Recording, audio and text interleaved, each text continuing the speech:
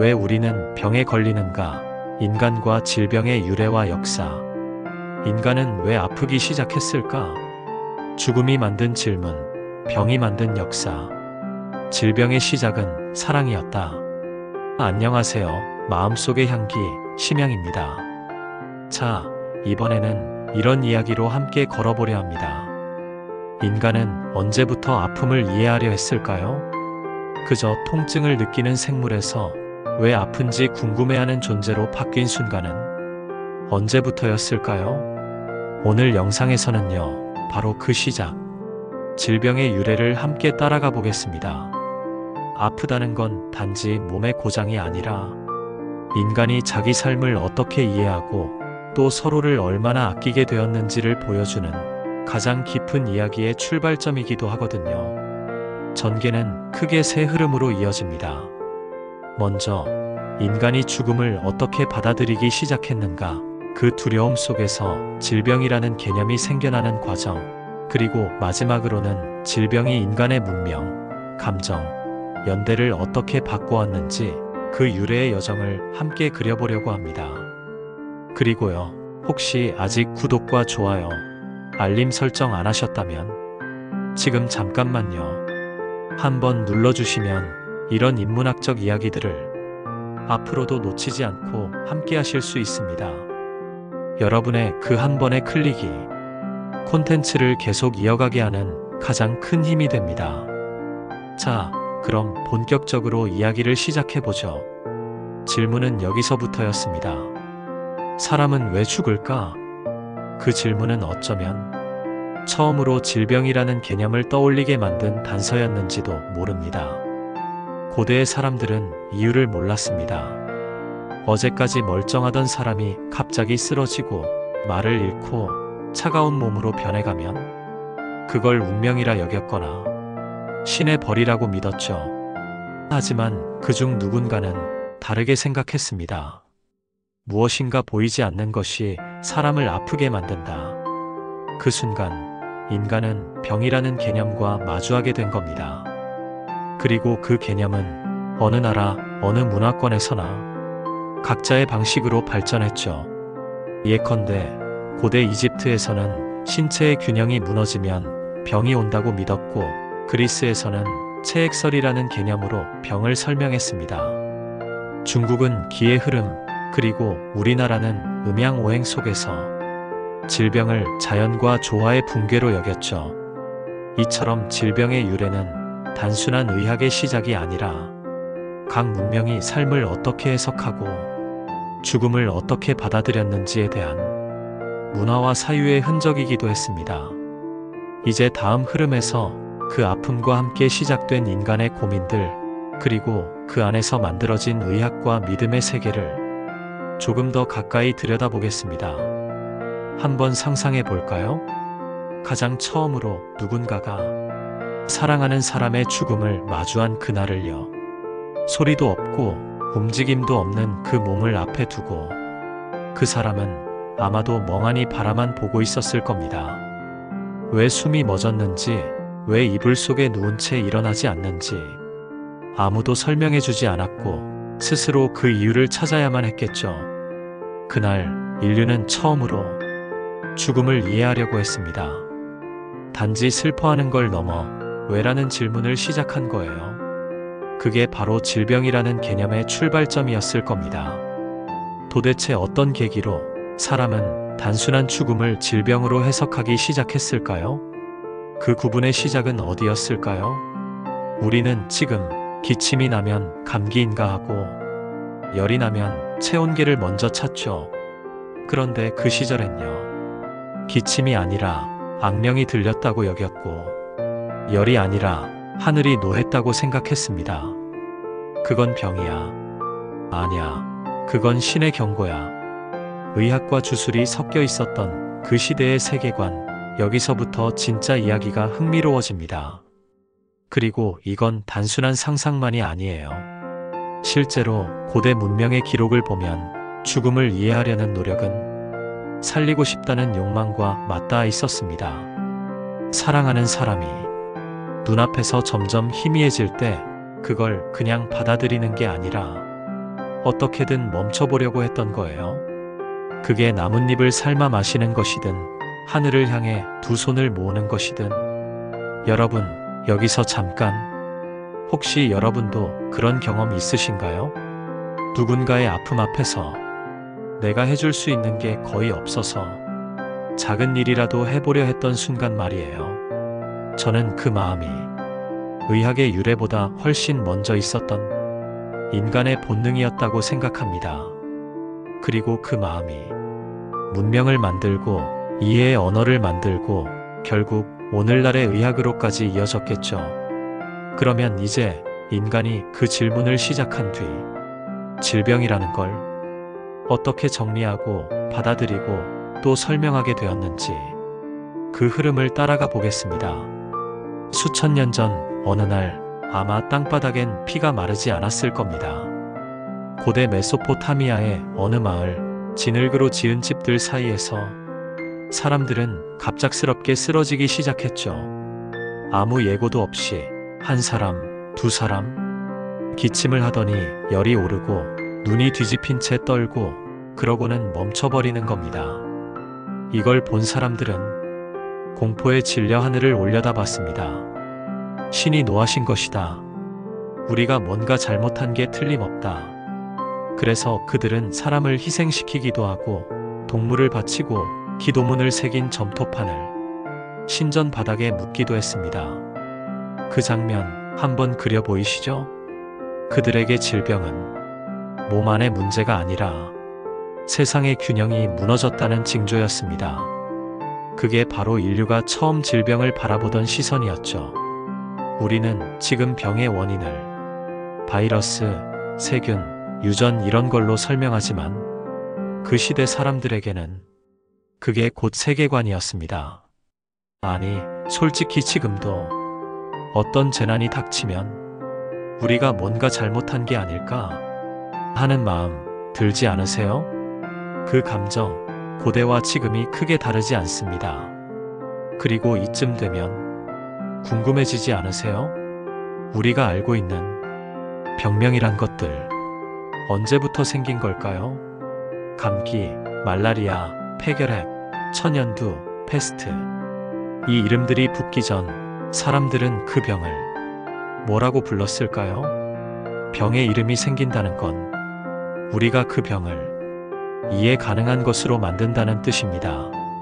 그건 단지 명명의 문제가 아니라 두려움을 제어하려는 지식의 시작이었어요. 요즘은 감기만 걸려도 약국 가서 약을 고르고 혹시 열이 있나 체온계를 대보죠. 그런데요, 우리 할머니 세대까지만 해도 감기 걸렸어? 하면 쑥 뜨거운 물에 넣어서 마셔라. 생강청 끓여라. 그게 진짜 약이었습니다. 사람들은 병을 이성과 과학으로 다루기도 전에 늘 살림으로 다뤘어요. 살리는 일. 그러니까 병을 이겨낸다는 건 단지 치료하는 게 아니라 지켜내는 일이기도 했던 거죠. 그리고 생각해보면요, 그런 방식은 우리만의 것이 아니었습니다. 인도에서는 아직도 수천 년 전부터 내려오는 아유르베다라는 전통의학 체계를 지켜오고 있고, 중국은 침과 뜸, 기의 흐름을 조절한다는 이론이 뿌리 깊게 남아있죠. 그게 다 뭐냐 하면 병은 자연의 균형이 깨질 때 생긴다는 하나의 오래된 신념이었습니다. 그리고 그 안에는 인간은 자연의 일부다라는 전제가 깔려 있었어요. 우리는 몸이 아프면 몸만 고치려 하지만 그들은 세상을 고쳐야 한다고 생각했던 거예요. 그게 진짜 놀라운 지점 아닐까요? 병을 본다는 건 세상을 보는 방식이기도 하니까요. 근데 말이죠, 여기서 이런 질문도 해볼 수 있지 않을까요? 과연 지금의 의학은 우리가 잃어버린 그 균형 감각을 대신할 수 있을까요? 빠르게 진단하고 정확히 처방하고 정밀하게 수술하는 그 기술 뒤에 살리고 싶다는 마음, 살아야 한다는 간절함이 얼마나 담겨 있을까요? 저는 이 지점에서 현대의학의 힘과 고대의 지혜가 서로 겹쳐진다고 생각합니다. 자, 그렇다면 이제 본격적으로 인간이 병을 구체적으로 기록하고 연구하고 그 이름을 붙이고 분류해 나간 과정, 그 문명의 진짜 전환점을 살펴봐야겠죠. 어느 시대였을까요? 인간이 드디어 병의 이름을 붙이기 시작한 순간이요. 이건 단순히 열이 나네 하고 말하는 게 아니라 그 열이 어떤 병에서 오는지를 구분하고 같은 증상이 여러 사람에게 반복되는 걸 보면서 이건 전염되는 거다라는 판단을 내리는 엄청난 지적 도약이었습니다. 이집트의 파피루스 문서에는 눈병, 장질환, 화상, 부러진 뼈, 심지어 마음의 병까지 의외로 구체적으로 기록되어 있어요. 놀랍지 않으세요? 기원전 1500년입니다. 그 시절에도 사람은 이건 뭐지? 왜 아프지? 어떻게 고쳐야 하지? 이걸 계속 묻고 있었던 겁니다. 그리고 이건 그저 호기심이 아니라 절박함이었죠. 가장 가까운 사람을 잃지 않기 위한 살리고 싶은 그리고 그 아픔을 두 번 다시 겪고 싶지 않은 마음. 그렇게 병의 기록이 시작됩니다. 병명을 붙인다는 건 그 병이 어떤 패턴을 가진다는 걸 인식한 거예요. 말라리아라는 이름도 그렇습니다. 나쁜 공기 말러 아리어에서 유래했거든요. 중세 유럽 사람들은 늪지대에서 퍼지는 이 알 수 없는 열병을 나쁜 공기의 탓으로 여겼어요. 지금이야 모기에서 온다는 걸 알지만 그 당시 사람들은 그저 공기 속에 무언가 있다고 믿었습니다. 그 생각이 틀렸다고 말하기엔 그 시대에는 그게 최선의 해석이었죠.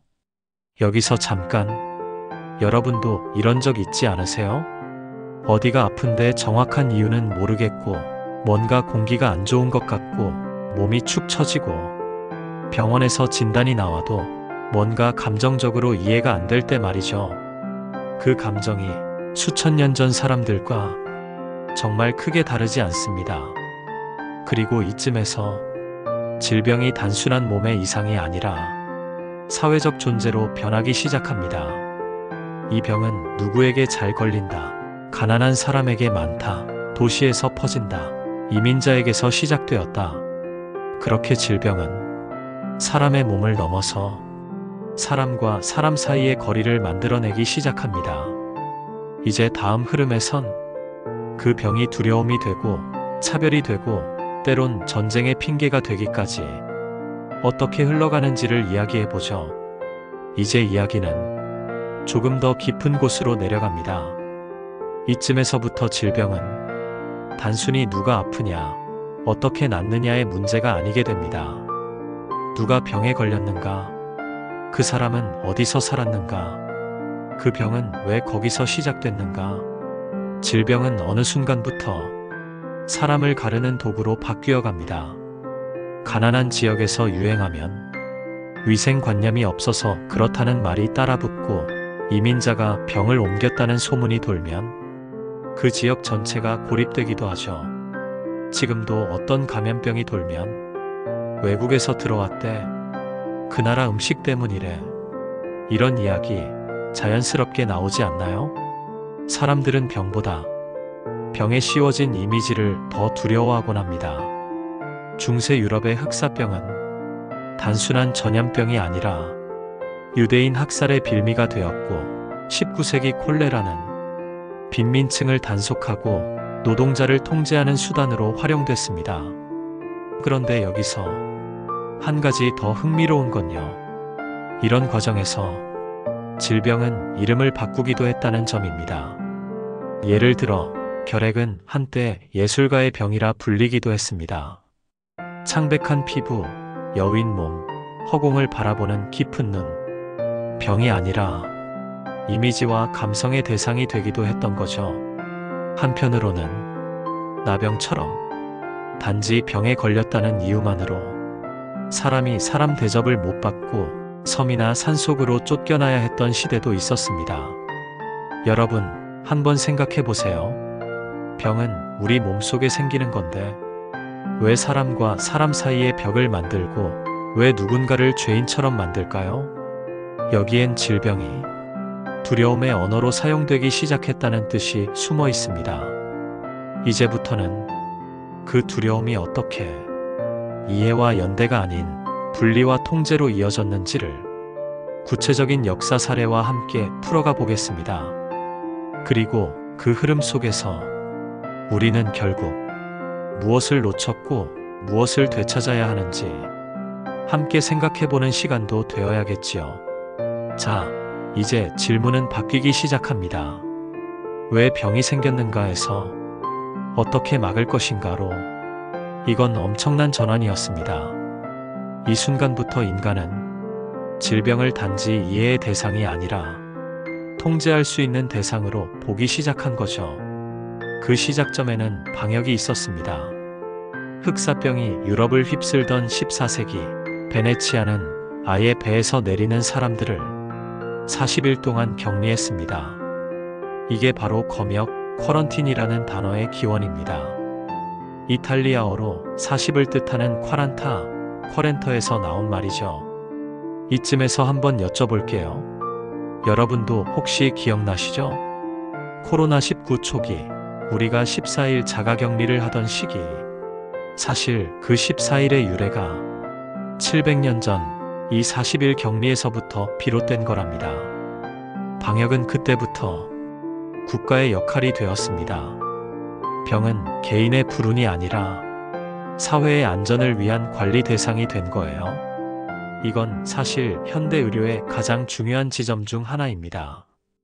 이때부터 의사는 신의 대리인이 아닌 국가가 인정한 전문가가 되었고, 병은 하늘의 징벌이 아닌 통계와 수치로 분석할 수 있는 대상이 되었죠.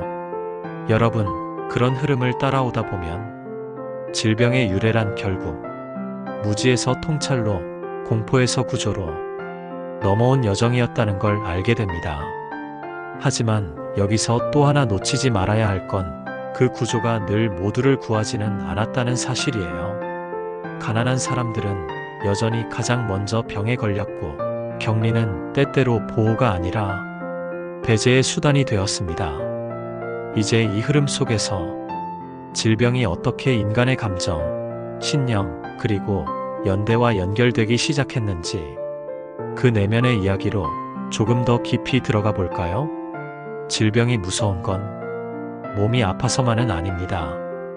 때때로 질병은 우리에게 두려움을 넘어서 죄책감을 심어 놓습니다. 내가 뭔가 잘못해서 그런가? 내가 누군가에게 옮긴 건 아닐까? 혹시 이 병 때문에 민폐가 되는 건 아닐까? 특히 아시아 사회처럼 참아야 한다, 민폐 끼치면 안 된다, 이런 정서가 강한 곳에서는 병이 단지 아픔이 아니라 감정의 무게로 더 크게 다가오기도 하죠. 그리고 그런 감정은 때로 사람을 더 외롭게 만듭니다. 하지만 반대로 질병은 인간 사이에 연대를 만들어내는 힘도 갖고 있습니다. 기억나시죠? 코로나 시기 누군가 마스크를 나눠주고 동네 약국에서 줄을 서고 의료진들에게 박수를 보내던 그 시간들, 바로 그 순간들에 질병은 단순한 재난이 아니라 사람이 사람을 지켜보는 방식이 되었던 겁니다. 그리고 그건 전혀 새로운 일이 아니었습니다. 역사적으로도 질병의 시기에는 늘 두 종류의 사람이 나타났습니다. 하나는 사람을 피하는 사람, 그리고 하나는 사람 곁에 머무는 사람. 그 중에서도 돌봄을 선택한 이들의 이야기는 질병의 역사 안에 따뜻하게 숨쉬고 있죠. 예를 들어 중세 유럽에서 흑사병이 퍼질 때, 다들 도시를 떠날 때에도 수녀들은 남아 있었습니다. 죽어가는 이들을 씻기고 입을 적셔주고 기도하며 곁을 지켰죠. 그건 치료가 아니라 존엄을 지키는 일이었고, 그 존엄은 곧 인간됨의 마지막 방어선이었습니다. 그래서 어떤 의미에서 질병은 인간이 얼마나 인간답게 살 수 있는지를 드러내는 거울이 되기도 합니다. 질병이 사라진 시대에도 그 거울은 여전히 남아있고요. 그렇다면 이제 그런 감정과 연대의 흐름이 어떻게 현대 사회에서 새로운 방식으로 이어졌는지, 그리고 우리는 앞으로 어떤 자세로 병을 마주해야 할지를 한 번 더 깊게 들여다보겠습니다. 가만히 생각해보면요. 질병이란 건 언제나 살고 싶은 마음과 지켜주고 싶은 마음 사이에 있었던 것 같아요. 우리는 아프면 병을 낫게 해달라고 기도도 하고 약도 찾아보고 몸에 좋다는 거 다 해보죠. 그런데 그 마음속 깊은 곳엔 단 하나의 바람이 있습니다. 나도 누군가를 지켜줄 수 있으면 좋겠다. 누군가 나를 지켜봐주고 있었으면 좋겠다. 질병은 몸에서 시작되지만 결국 사람 사이에서 의미를 가지는 것 같습니다. 그런 의미에서 이 이야기를 함께 들어주시는 여러분도 참 고맙고 소중한 존재예요. 지금 이렇게 질병의 유래를 함께 따라가고 있다는 것만으로도 우리는 같은 질문을 품고 있고 같은 마음으로 세상을 바라보고 있다는 뜻이니까요. 그래서 혹시 아직 구독 안 하신 분 계시다면 지금 구독, 좋아요, 그리고 알림 설정까지 살며시 부탁드려도 될까요? 이건 단순한 클릭 하나가 아니라 이 여정을 끝까지 함께하겠다는 작은 약속이라고 저는 생각합니다. 앞으로 이어질 이야기, 더 깊고 넓고 재미있는 길로 저는 계속 준비하고 있을 테니까요. 그러면 이제 이 다음 흐름에서는 질병이라는 것이 어떻게 인류 문명의 방향을 바꾸었는가, 질병이 전쟁과 이주, 그리고 세계 질서에 어떤 결정적인 영향을 끼쳤는지 조금 더 스케일을 넓혀서 탐험해 보겠습니다. 여기서부터는 진짜 재미있어집니다. 놓치지 마세요. 질병은 그 자체로 세상을 바꾸는 힘을 가졌습니다. 역사책을 펼쳐보면 전쟁으로 나라가 망했다는 말은 많지만 조용히 그리고 아주 철저하게 병이 나라를 무너뜨린 경우도 꽤 많다는 사실 혹시 알고 계셨나요? 예를 들어 로마 제국의 몰락, 전쟁, 부패, 경제 위기 여러 이유가 꼽히지만 사실 그 안엔 천연두가 있습니다. 안토니누스 역병이라고 불리던 이 병은 2천만 명 가까이 목숨을 앗아갔고 그 충격으로 군대도 무너지고 경제도 휘청였죠. 그리고 또 하나, 많은 분들이 잘 아시는 아메리카 대륙의 원주민 멸망. 스페인이 건너가 총을 쏘고 칼을 휘두르기도 했지만 사실 가장 강력했던 건 천연두와 홍역 같은 유럽 질병이었습니다. 수백만 명의 원주민이 아무런 면역 없이 병에 쓰러졌고 그렇게 땅이 무너지고 문명이 사라졌습니다.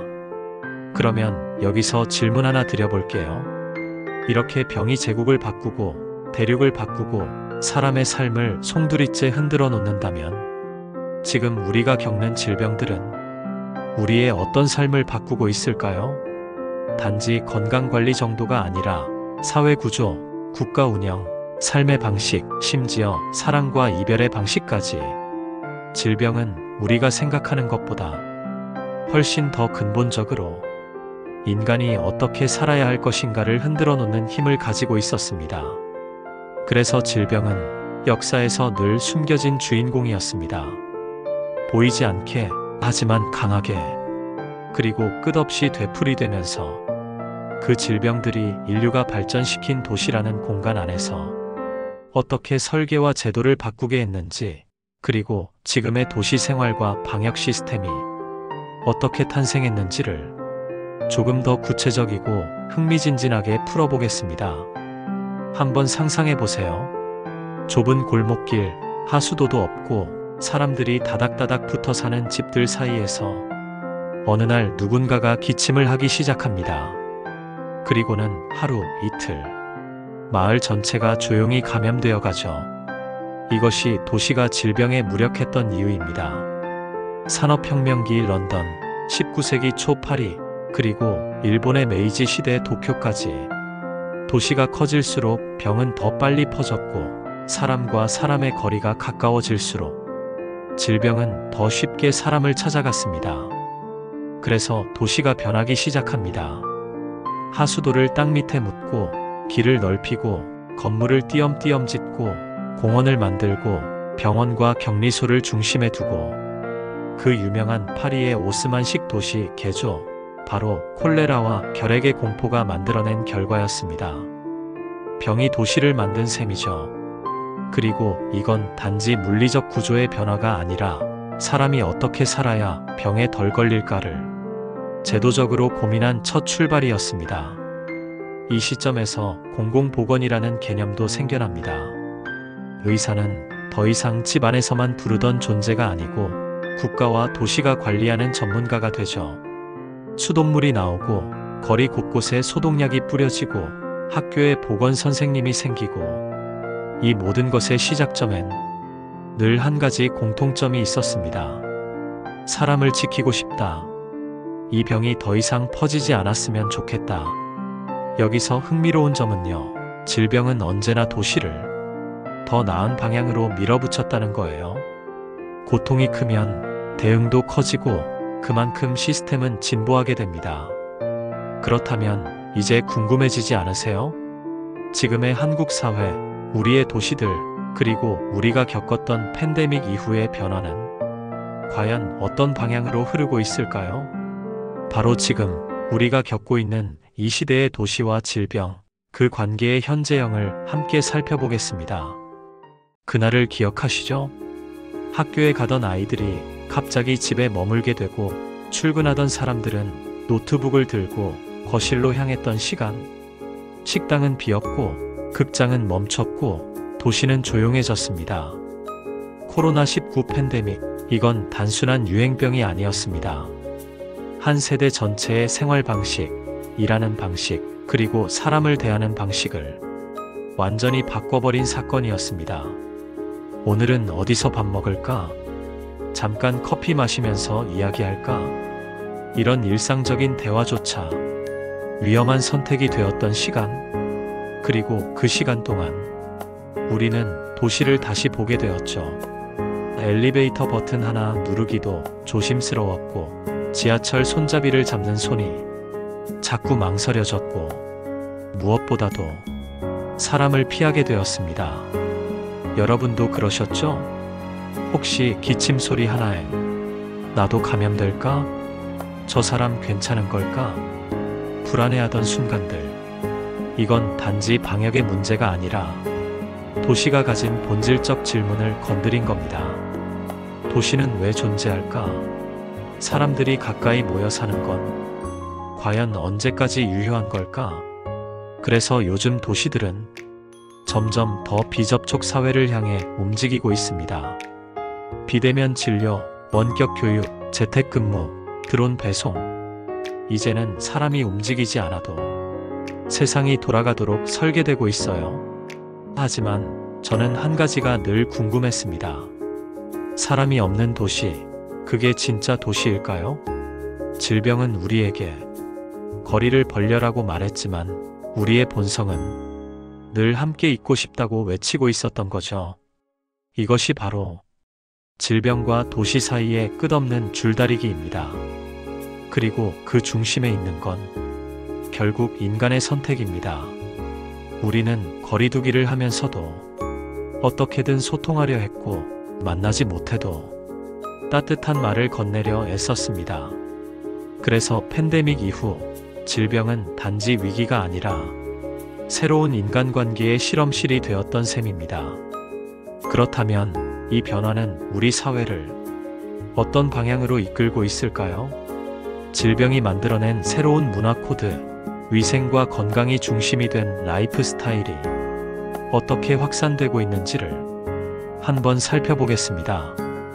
요즘 이런 말 들어보셨을 겁니다. 이제는 건강이 곧 스펙이다. 예전엔 자격증, 학벌, 외모가 스펙이었다면 요즘엔 병 안 걸리는 사람, 면역력 높은 사람, 몸 잘 관리하는 사람이 일종의 신뢰 지표가 되었습니다. 그리고 그 변화는 우리 일상 곳곳에서 드러납니다. 마트에 가면 가장 먼저 눈에 띄는 건 비타민, 유산균, 장 건강 제품이고 카페에서는 무설탕, 비건, 로우 카페인 같은 문구가 당당하게 메뉴에 붙어 있죠. 헬스장, 필라테스, 요가원은 단순한 운동 공간이 아니라 건강한 정체성을 만드는 장소가 되었고요. 그리고 또 하나, 우리가 손 씻는 법을 이토록 진지하게 배운 적이 있었던가요? 어릴 때도 대충 씻고 말았던 손을 20초 이상 손등, 손바닥, 손톱까지 구석구석 손 씻기는 이제 단순한 위생이 아니라 생활의 예절, 심지어 타인에 대한 배려의 표시가 되었습니다. 하지만 이런 흐름은 단순히 긍정적이기만 한 건 아닙니다. 건강을 위한 노력이 때론 강박과 비교, 그리고 소비의 경쟁으로도 이어지곤 하니까요. 내가 먹는 건 건강한가? 내 면역력은 충분한가? 저 사람보다 덜 아픈가? 건강이 중요한 시대일수록 건강하지 못한 사람은 어딘가 뒤처진 느낌을 받게 되는 사회, 그런 분위기가 점점 커지고 있는 거죠. 여러분도 혹시 이런 생각 해보신 적 있으신가요? 나는 충분히 건강한가? 아프지 않기 위해 너무 많은 걸 신경 쓰는 건 아닐까? 이 질문은 지금 우리 사회가 아프지 않는 삶만을 정상으로 여기고 있는 건 아닌지 다시 돌아보게 만듭니다. 조금 더 철학적인 시선으로 질병과 건강 사이의 경계, 그리고 정상과 비정상을 나누는 기준이 어떻게 만들어졌는지 살펴보겠습니다. 이야기는 이제 몸에서 관념으로 넘어갑니다. 질문 하나 던져볼게요. 아프지 않은 상태가 과연 정상일까요? 우리는 흔히 건강한 사람 정상, 아픈 사람 비정상, 이렇게 단순히 나눕니다.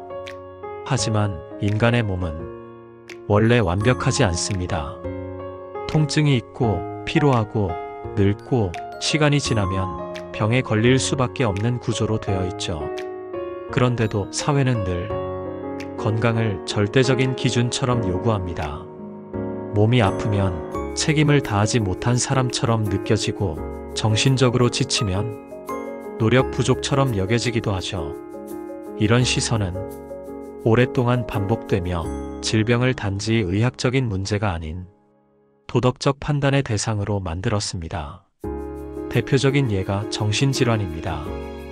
우울증, 불안장애, 공황장애, 이 모두가 분명 병인데도 의지가 부족해서 그래, 마음이 약해서 그렇지 라는 말로 덮여버리는 경우가 아직도 많습니다. 이건 질병에 대한 무지라기보다 사회가 만든 정상이라는 틀에 끼워 맞추려는 강박입니다. 그 틀에서 벗어난 사람은 관리 대상이 되거나 조용히 사라져야 할 존재처럼 여겨지기도 하죠. 그렇다면 이쯤에서 한 가지를 되묻게 됩니다. 건강하다는 건 단지 병이 없는 상태일까요? 아니면 자신의 몸을 긍정하고 타인의 아픔을 이해하는 능력까지 포함하는 걸까요? 질병은 때로 우리에게 아픔을 주기도 하지만 그 아픔을 통해 세상과 사람을 다시 보는 시선을 선물하기도 합니다. 그래서 저는 이렇게 생각해요. 진짜 건강한 사회란 아픈 사람이 위축되지 않는 사회, 그리고 병을 이야기할 수 있는 사회라고요. 이제 이야기의 결말이 가까워지고 있습니다. 이 모든 이야기를 하나로 묶으며 질병의 유래라는 긴 여정이 우리에게 던지는 궁극적인 메시지를 마무리의 준비로 풀어보겠습니다. 자, 여기까지 참 많은 이야기를 나눴습니다. 죽음 앞에서 질문을 던졌던 그 옛날 사람들부터 도시를 바꿔버린 전염병들, 그리고 지금 우리의 삶에 스며든 건강의 기준까지 생각해보면 이건 단순히 병의 이야기가 아니었습니다. 이건 사람이 사람을 어떻게 바라보는가, 그리고 아픔을 어떻게 다뤄야 하는가에 대한 이야기였죠. 질병은 어쩌면 인간이 가장 인간다워지는 순간을 드러내는 렌즈인지도 모릅니다. 누군가를 지키고 싶어서 손을 씻고 한 사람의 기침 소리에 걱정이 먼저 앞서고 마스크 너머로라도 미소를 전하고 싶었던 시간들, 이 모든 건 병 때문이 아니라 사람 때문이었습니다. 그리고 그런 마음으로 지금 이 순간까지 이 이야기를 들어주신 여러분, 당신도 분명히 이 여정의 중요한 동반자입니다. 혹시 아직 구독 안 하셨다면 지금 이 순간 마음속의 향기, 심양과 함께 계속 걸어가겠다는 의미로 구독과 좋아요, 알림 설정 차분히 눌러주시면 감사하겠습니다. 앞으로도 우리는 병의 이야기를 하면서 사람의 이야기를 나눌 거예요. 그리고 그 속에서 우리가 더 인간다워지는 법을 함께 찾아갈 겁니다. 이제 남은 마지막 단계에서는 이 모든 흐름을 철학적 질문 하나로 정리하며 다음 유래 콘텐츠로 넘어갈 수 있는 깔끔하고 여운 깊은 마무리를 준비해 드리겠습니다. 그래서 결국 우리가 던져야 할 마지막 질문은 이겁니다. 우리는 아플 자격이 있는 사회를 만들고 있는가? 질병은 어느 날 갑자기 찾아오는 불청객이기도 하지만 때로는 우리 사회의 구조, 문화, 시선이 만들어낸 결과이기도 하죠. 누군가는 치료를 받지 못하고 누군가는 병을 숨기고 누군가는 단지 아프다는 이유로 고립되기도 합니다. 그런데 말입니다. 이런 상황에서조차도 우리는 늘 살아가야 한다고 말합니다. 그렇다면 그 살아감의 과정 속에서 질병은 단지 제거하거나 회피해야 할 대상이 아니라 함께 끌어안고 이해해야 할 삶의 일부 아닐까요? 저는 그렇게 믿고 싶습니다.